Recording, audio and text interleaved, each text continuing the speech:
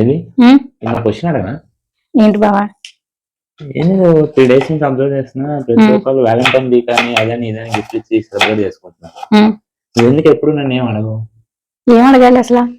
Normal గా ఇప్పుడు Valentine week అంటే 7 days ఉంటది. ఒక రోజు ప్రపోజ్ డే అని, ఒక రోజు చాక్లెట్ డే అని, ఒక రోజు టెడ్డీ డే అని ఉమ్. అట్లా సెలబ్రేట్ చేసుకుంటున్నారు. అసలు నువ్వేం నన్ను అడగవేంటి? అసలు వ్యాలంటైన్స్ డే అంటే ఏంటి బావా? గిఫ్ట్లు ఇచ్చుకోవడమా?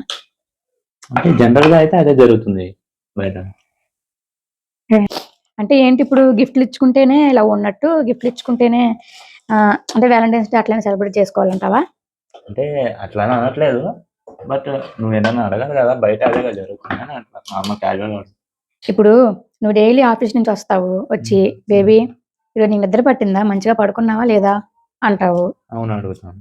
అండ్ డైలీ ఆఫీస్కి వెళ్ళి ఫోన్ చేశాక తిన్నావా లేదా, ఇంకా ఏం తిన్నావు ఈరోజు, ఏం చేసావు అంటావు. అవును.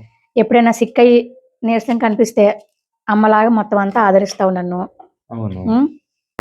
కిచెన్ లో నేను వంట చేస్తుంటే వచ్చి నాతో పాటు హెల్ప్ చేస్తావు, నాతో మంచిగా టైం స్పెండ్ చేస్తావు. మరి ఇంకా అంతకన్నా వాల్యుబుల్ గిఫ్ట్లు ఇంకేముంటాయి బావా? ప్రత్యేకంగా మనం గిఫ్ట్లు ఇచ్చుకోవాలి, ప్రత్యేకంగా మనం వ్యాలంటైన్స్ డే సెలబ్రేట్ చేసుకోవాలంటావా? ఇది కూడా పాయింటే కదా సార్.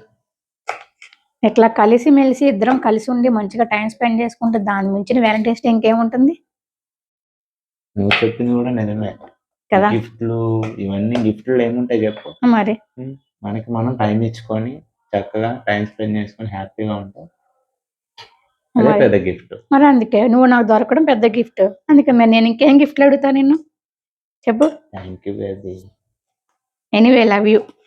Love you two.